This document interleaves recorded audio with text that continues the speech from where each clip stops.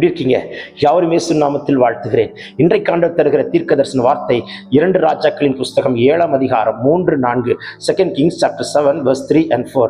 குஷ்டரோகிகளான 4 பேர் ஒளிமுக வாசலில் இருந்தார்கள். அவர்கள் ஒருவரை ஒருவர் நோக்கி, நாம் இங்கே இருந்து சாக வேண்டியது என்ன? பட்டணத்திற்கு போவோம் என்றாலும் பட்டணத்தில் பஞ்சம் உண்டாயிருக்கிறபடியால் அங்கே சாவோம், நாம் இங்கே இருந்தாலும் சாவோம். ஆகையால் இப்பொழுது சீரியருடைய இராணுவத்திற்கு போவோம் வாருங்கள், அவர்கள் நம்மை உயிரோடு வைத்தால் பிழைக்கிறோம், நம்மை கொன்றால் சாகுறோம் என்று சொல்லி புறப்பட்டு சீரியருடைய பாளையத்துக்குள் கால் எடுத்து வைக்கிற 4 குஷ்டரோகிகள்.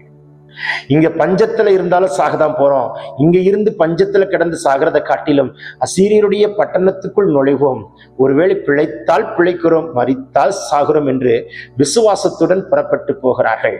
போகிறது யார்? 4 குஷ்டரோகிகள், ஆகாதென்று தள்ளப்பட்டவர்கள், புறக்கணிக்கப்பட்டவர்கள், சமுதாயத்தால் தேவனுடைய சமூகத்திலிருந்து தள்ளப்பட்ட சபிக்கப்பட்டவர்கள், அவர்கள் புறக்கணிக்கப்பட்டவர்கள், நாற்றம் எடுக்கப்பட்டவர்கள். ஆனால் இவர்களுக்கு இங்கே அங்கீகாரம் இல்லை இஸ்ரவேலிலே. காரணம், அவர்கள் குஷ்டரோகிகள். They are the cursed people. They will not get the recognition from the people, from the government of Israel or from the people of Israel. So they decided to move out from Israel and they ready to go to Syrians. சீரியருடைய பாளையத்துக்குள் நுழைகிறதற்கு தீர்மானம் பண்ணிவிட்டார்கள். அங்கே பிழைத்தால் பிழைக்கிறோம், இல்லை என்றால் சாகிறோம். பாருங்கள், இந்த விசுவாசத்தோடு புறப்பட்டு போகிறார்கள். இவர்களைத்தான் கர்த்தர் தூதர்களாய் பயன்படுத்துகிறார். சமுதாயத்துக்கு நடுவில், பட்டணத்துக்கு நடுவில், உலகத்துக்கு நடுவில் நாற்றம் எடுத்தவனாய், கைவிடப்பட்டவராய், புறக்கணிக்கப்பட்டவராய், தள்ளப்பட்டவராய், ஒதுக்கப்பட்டவராய், எல்லோருக்கும் மத்தியிலையும் தலைகுனிந்து நின்று கொண்டிருக்கிற யாரா இருந்தாலும் சரி, உங்களைத்தான் கர்த்தர் தூதனாய், பட்டணத்துக்கு ஆசீர்வாதமாய், இஸ்ரவேல் தேசத்துக்கு ஒரு சாபத்தை நீக்கி பஞ்சத்தை நீக்குகிறதற்கு இந்த 4 குஷ்டரோகிகளை கர்த்தர் தூதர்களாய் மாற்றினார்.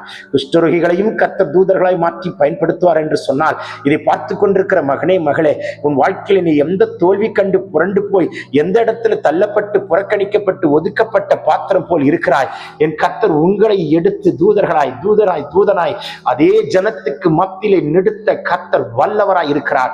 சொல்லும் பொழுது பரலோகம் திறக்கப்படுகிறது. ஆகாதுன்னு தள்ளப்பட்டவன் தான், நாற்றம் எடுக்கப்பட்டவன் தான், சபிக்கப்பட்டவன் தான், புறக்கணிக்கப்பட்டவன் தான்.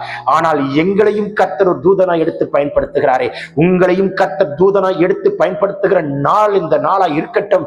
இயேசுவின் நாமத்தில் அற்புதம் நடக்கட்டும். வேலையில எவ்வளவு பெரிய பிரச்சனையா இருந்தாலும் சரி, வீட்டுக்குள் எவ்வளவு பெரிய போராட்டமா இருந்தாலும் சரி, புறக்கணிக்கப்பட்ட மகனே, மகளே, உங்களைத்தான் தூதனாய் வைக்கப் போகிறார். Take this prophetic word. பிறந்தநாள் திருநாள் காண்கிறவர்களை தொட்டு ஆசீர்வதிக்கிறார்.